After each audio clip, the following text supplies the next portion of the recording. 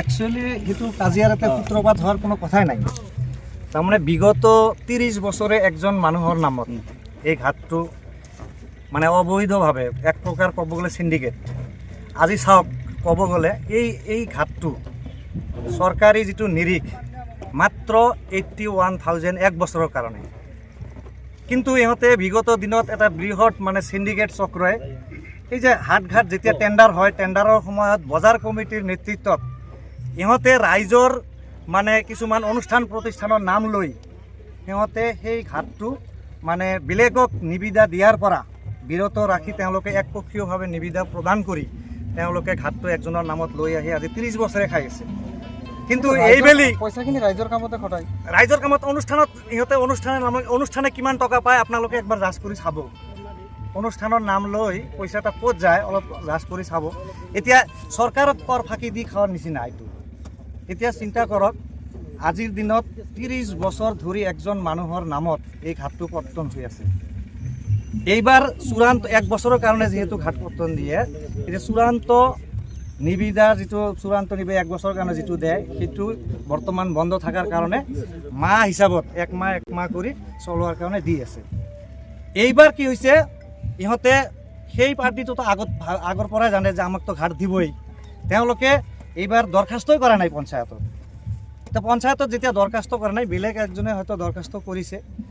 সেইটো মানে কমপ্লিট গভৰ্ণমেণ্টৰ নীতি নিয়ম মানি দৰখাস্ত এটাই পৰিছে আৰু সেই ভিত্তিতে পঞ্চায়তৰ পৰা সেইজন লেচিক এইবাৰ পত্তন দিছে 1 মাহৰ কাৰণে। তে ইয়াত এই ক্ষেত্ৰত ইয়াত কাজিয়াৰ কোনো কথাই নাই।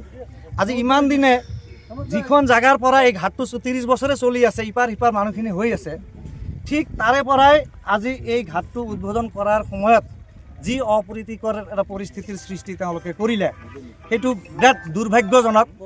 মই ভাবোঁ যে আমিতো চৰকাৰৰ বিৰুদ্ধে যোৱা নাই, চৰকাৰৰ নীতি নিয়ম উলংঘা কৰা নাই, সম্পূৰ্ণ চৰকাৰী নীতি নিয়ম মতে আজি এই ঘাটটো পৰিচালনা কৰাৰ ক্ষেত্ৰত হয়তো আমি কিছু মানুহ, কিছু জ্যেষ্ঠ ব্যক্তিক মাতিছোঁ, যুৱ চামক মাতিছোঁ। আমাৰতো বহুত যুৱ চাম জ্যেষ্ঠ ব্যক্তিসকল, বিভিন্ন অনুষ্ঠান প্ৰতিষ্ঠানত জড়িত থকা ব্যক্তিসকলক আমি মাতিছোঁ, আমন্ত্ৰণ জনাইছোঁ। তেওঁলোকে আজি আহি এই অনুষ্ঠানটোৰ শুভ উদ্বোধন কৰাৰ অৱস্থাত আজি বজাৰ কমিটিয়ে বা সেই গ্ৰুপটোৱে আজি আহি আমাক যি বাধা প্ৰদান কৰি যি অপ্ৰীতিকৰ সৃষ্টি কৰিলে, এইবাৰ আমি যুৱকসকলে এটা নতুন চিন্তা কৰিছোঁ।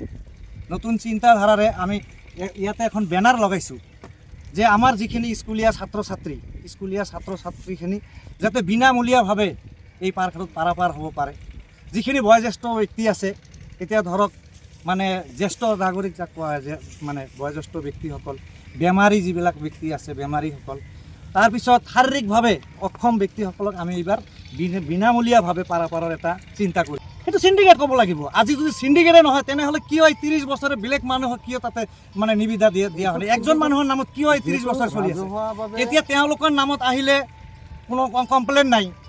এইবাৰ যে মানে নীতি নিয়ম অনুসাৰে যে এইবাৰ পঞ্চায়তৰ পৰা যিজন ব্যক্তিক দিছে আৰু তেওঁক দিয়াৰ লগে লগে যে এইবাৰ তেওঁলোকৰ মানে ইমান হাল্লা চিল্লা কিয়?